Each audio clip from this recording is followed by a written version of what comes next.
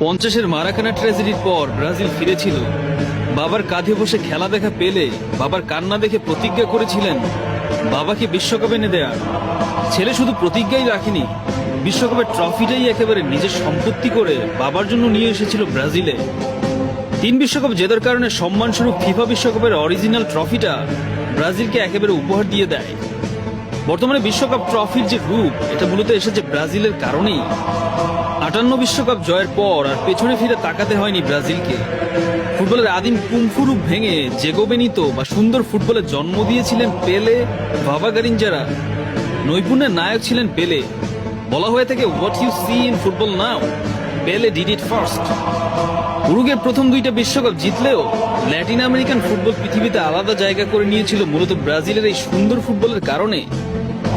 70-এ Brazil বনাম ইটালির যে ফাইনাল হয়েছিল, এখন পর্যন্ত ফুটবল বিশ্বকাপের সেরা ফাইনাল বলা হয়ে থাকে এই বিশ্বকাপকে।